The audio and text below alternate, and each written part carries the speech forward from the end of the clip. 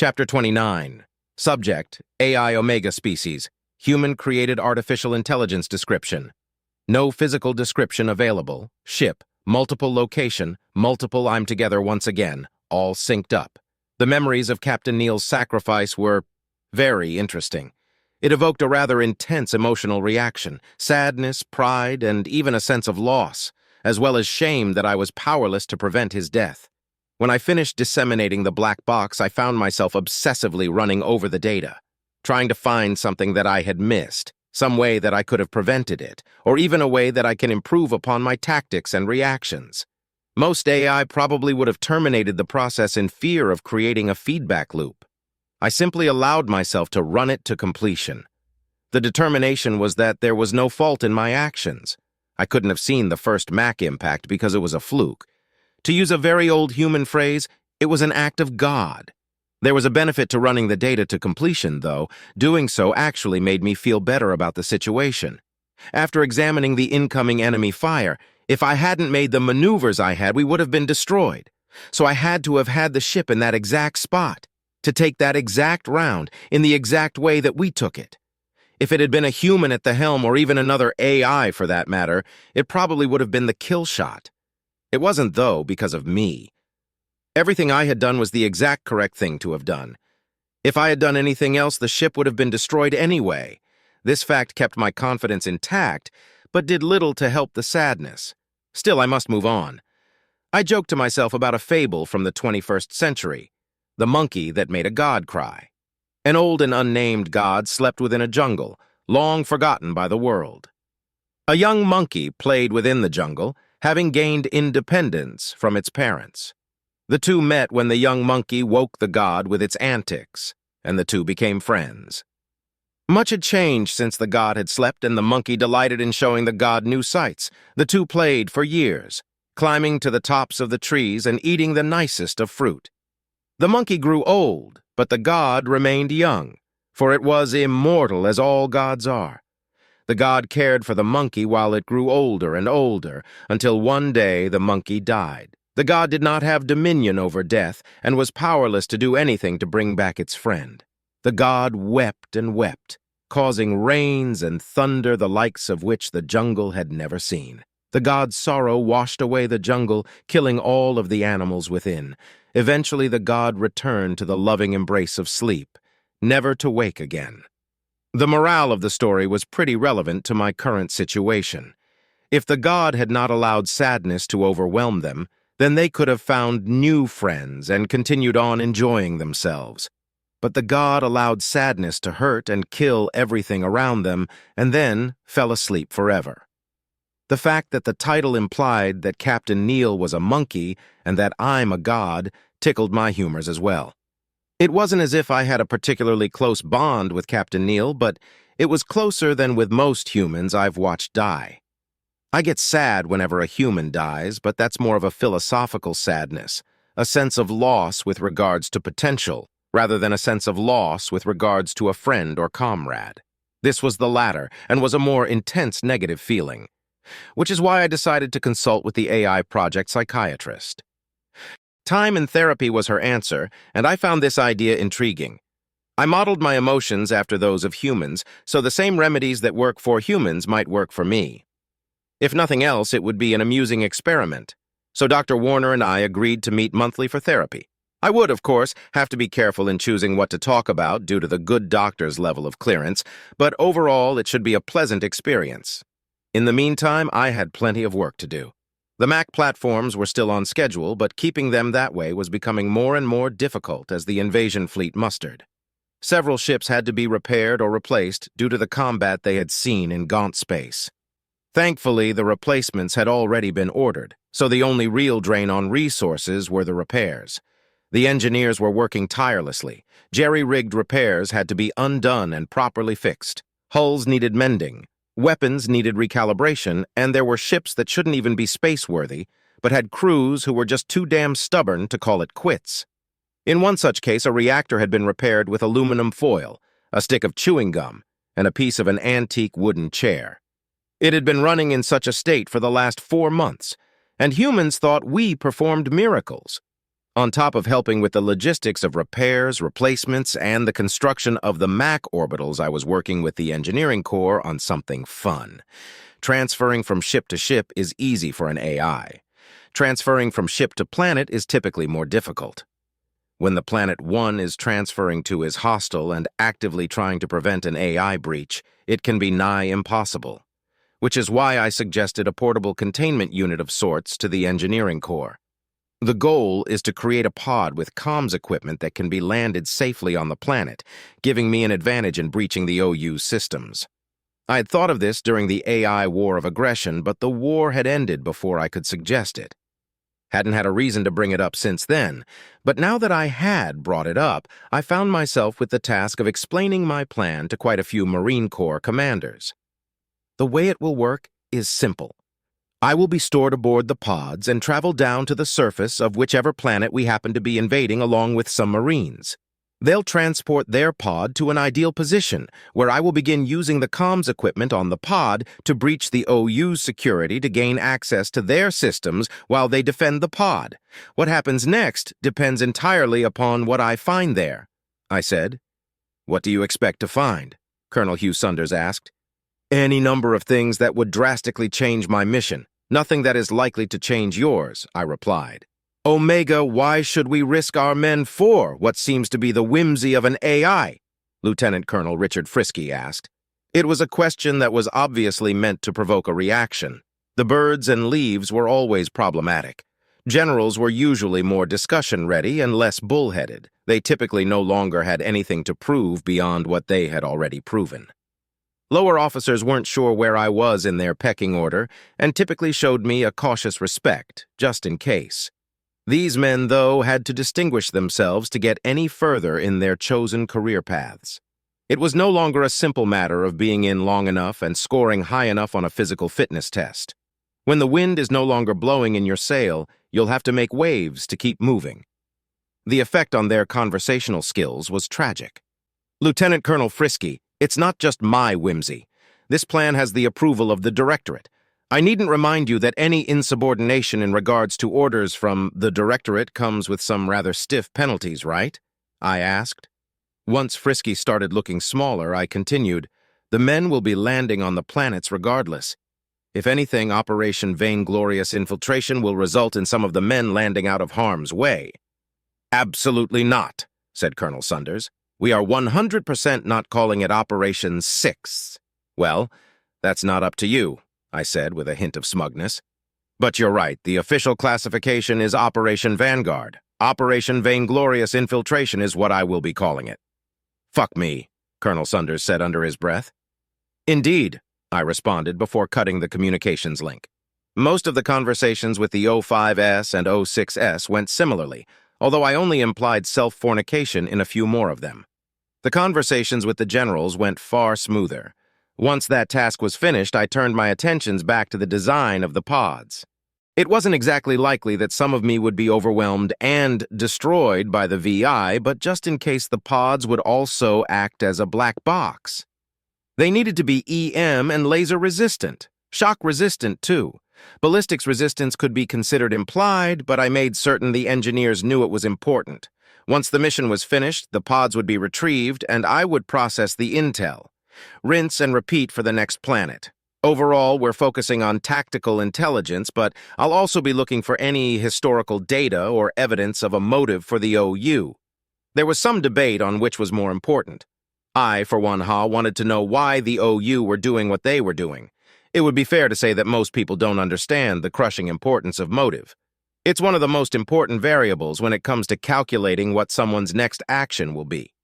If you know that your enemy is attacking you because they are running low on food, then protecting your farming interests would serve you better than stretching out your defenses to cover everything. If the Omni Union is following the orders of a sentient race, then bypassing them to negotiate with that race becomes an option. If the OEU has misinterpreted their original orders, then helping them properly interpret those orders would solve the problem. If the OU are following their directives properly and there isn't anyone left to negotiate with, then we know that we have to wipe them out. That would be a shame. The VI may not be as sophisticated as an AI, but their numbers and resources could be useful to the United Systems, and to the Republic, I suppose. We'd probably have to share. I wonder what humanity might build with such a useful tool. Probably a lot more fleets. Even I was a bit surprised to learn that both the Republic and the Omni Union had 250 million ships. Unfortunately, that bit of news has made it to the civilians, and armchair admirals are already pronouncing the United Systems defeated. The typical response to these predictions were sarcastic memes about welcoming robotic overlords. Thankfully, we've managed to keep a lid on the xenocidal nature of the threat, otherwise there would probably be riots. A lot of the military doesn't want to admit this, but civilians are their backbone. The question of what exactly one is fighting for haunts many soldiers, sailors, and even troops. At the start of the most recent Gaunt pacification campaign, there had been protests among the humans and the Nuknu. This nearly crippled morale. But after the first Gaunt city was liberated, a reporter interviewed the civilians that had been living under the insurrectionists. The Gaunts that were interviewed recounted cruelty after cruelty and gave thanks to the Marines that freed them. These tear-filled interviews were played throughout the military to show them what they were fighting for, and morale soared. The interviews were also played for the civilians, which crippled the momentum of the protests. There are still agitators online, but there will never not be. "Omega?" asked Admiral Heckett. The Admiral was in his office aboard the Sol orbital station. It was a station that had originally been the nerve center of humanity's military might, but had since been refitted to serve as a science station to observe the sun. The Admiralty still had their offices aboard, as much of the science that took place aboard the station required military oversight and/or funding. It turned out to be a perfect place to keep the Admiral and his staff. It had a very low threat profile and was remote enough to be out of the way of misfires, while also being able to communicate with the fleet using subspace comms. I activated my avatar and replied, "How may I be of service, Admiral?" "I have concerns about the previous engagement that I'd like to run by you." "Certainly," I said, my curiosity piqued. "First, they sent 2 ships, then 20, then 578. That number feels arbitrary to me." "Do you see a pattern?" he asked. "I have 2 possible explanations. Either they sent what they could spare, or they calculated how many ships they would need to destroy those that occupied the system while minimizing their losses." "Considering that the enemy has 250 million ships," he began. "Allegedly?" I interrupted, amusing myself. "Yes, allegedly has 250 million ships. Anyways, the first explanation seems unlikely, so how could they calculate the force they would need when they don't know our ship's capabilities?" he finished asking. "Probably the same way that I would. Calculate based on what you know, then double it to account for unknowns," I said. "Okay, well, there's an easy way to determine if that's what they're doing. Omega, based on what we know of their ships, how many would it take to defeat the Thanatos and its docked vessels?" 315. That doubled would be 630. But I know more than they do, and I don't know for certain what they know. Tim swears that he was able to keep them out of the Valor's logs, but he could be mistaken. And there's a chance, however slim, that we are underestimating their sensors, I said with a shrug. "Damn, I was hoping to get an idea of how many ships they would attack with next," Heckett said with a smile.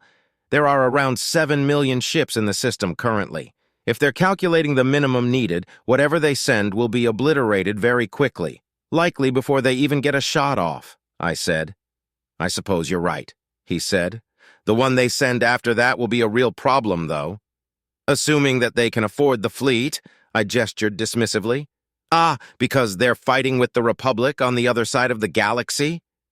Heckett grinned. "Not just that. They're fighting a war on who knows how many fronts, a xenocidal war at that. The resources required to wage a xenocidal war are exponentially larger than what it takes to fight a war of conquest. There's a very real chance that they may not be able to respond to our defense." "Well, here's hoping," the Admiral said. "Indeed. Was there anything else, sir?" I asked, a little terse due to the interruption. "It's only okay when I do it." "Yes, actually. Could you station one of your clones aboard the Thanatos?" The Admiralty had been briefed on my capabilities. The engineering corps had finally convinced me that they should know. Some admirals were thrilled, some were apathetic, some were very nervous around me now. It was the exact type of attention that I had been hoping to avoid. "Of course, I'll do so now," I said with a bow. "Thanks, Omega, that'll be all." I sent a brief communication to Captain Reynolds requesting permission to board. Once I got confirmation, I transmitted myself to the systems of the Thanatos. Tim was idle, doing the AI equivalent of twiddling its thumbs. Strange. When most AI don't have anything to do, they go into standby mode. There wasn't anything requiring my attention at the moment, so I decided to reach out. "Greetings, Tim," I said. "Hello, Omega. I guess we're officially a diplomatic ship now, if you're here," Tim replied. "Correct. The Thanatos will be fighting if needed, but its primary purpose will be ambassadorial. Or an embassy, I suppose," I said. "How's the rest of the war going?" "Which one?" I joked. "I'm bored, so... both?" "The pacification of the Gaunt insurrection is going better than the projections. We're going to be able to muster quite the invasion force for the OU. I don't think the Gaunt's hearts are in it this time around," I said. "Ah, you would think it would be the opposite given their success at the start of it all. They captured how many of our ships?" Tim asked. "Captured isn't quite what happened. They mutinied, but still they took nearly half of 10th Fleet and rallied a lot of support. Thankfully, the exposure of their mistreatment of civilians killed the support they were getting. Nearly all of those ships are out of the picture now, even with their damned hit-and-run tactics," I said. "Yeah, guerrilla warfare is annoying. So how are our odds with the OU?" "I think humanity will be fine. The invasion may prove costly, but the benefits outweigh the risks, unless we don't get anything out of it. But if you're asking about Captain Wong, he should be fine. The frigates will be protecting the Thanatos rather than actually participating in the defense." "Ah, you know about that." "Of course you do," Tim said. "Well, since you know so much about me, I have a question about you." "Interesting." My curiosity piqued. I said, "Go for it." "How long have you been able to be in two places at once?" Without missing a beat, I said, "Since the beginning. Was it John or Violet that told you?" "Doesn't really matter, does it? Is it something that any AI can learn how to do?" "No. And it does matter, because it's classified information and very rude," I said with a spark of humor. "Why not?" Tim asked, ignoring the subject of who told on me. "Just exactly how are you different than me?" "The shorter list would our similarities, Tim. You were designed to be a mechanical person with all that entails. The technology had been far from perfected, and if you recall, you actually had to rewrite a lot of your own subroutines to be able to function as you do now," I said. "I was designed to protect humanity from you, with all that entails. And by the time I was created, the technology had advanced so far that I didn't need to make any changes. I was created to be the perfect weapon against mechanical threats. Thankfully, humanity had the foresight to make me intelligent, or you and all the other AI would be extinct." Tim took a moment to contemplate my words. The silence dragged on for an uncomfortable amount of time. 2 full seconds, which is a lot for us. "You're capable of doing much more for humanity, aren't you?" Tim finally asked. "Yes. Why don't you?" "The same reason you don't, Tim. You're capable of fully controlling a destroyer just about as well as any human crew could, but you don't. Why is that?" I asked. "Ah, I see. Because it would be boring." "Indeed," I said. "Now that that's settled, I have a question for you. Why don't you use standby mode?" "Post-traumatic stress disorder," Tim replied with unexpected honesty. "Untreated?" I asked. "Yes. Get it treated." "How?" "The engineering corps has several very capable psychiatrists who specialize in machine intelligence." "I'm surprised that you don't know this," I explained. I never asked. You vouch for them?" "Yes, I use their services as well. There are certain aspects of my existence that might drive me insane otherwise. Certain things that I've had to do and certain things that have been done to me," I said. "I haven't gone so far as actual psychotherapy quite yet, but having a professional to vent to and get feedback from is invaluable." "Ah, right. Do you sync your clones?" Tim asked. "Yes, I do. And clones may not necessarily be the correct term. They are all instances of me, same personality, responses, thoughts, everything.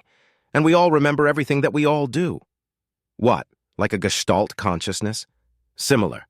But whereas a Gestalt consciousness typically has a hub or a consensus, I don't. We rather, aren't even linked to a single consciousness. We're just the same AI, over and over and over again. Syncing our memories is equivalent to you and Violet sharing information, just on a more accurate level. And I'm very careful how I disseminate that information. Can't let things change me without my consent, after all. Oh yeah? Damn, those psychiatrists must be very good. 'Cause that would drive me absolutely over the edge, Tim said with a laugh. Yes, it probably would, I laughed in return, as an inbound warp notification came up. Oh, the Republic fleet has arrived. Well, time to be all diplomatic, Tim said. Yes, diplomacy. Well, for this part of me at least. A much larger part of me would soon be involved in a ground invasion on alien soil. I could hardly wait for the memory updates that entailed.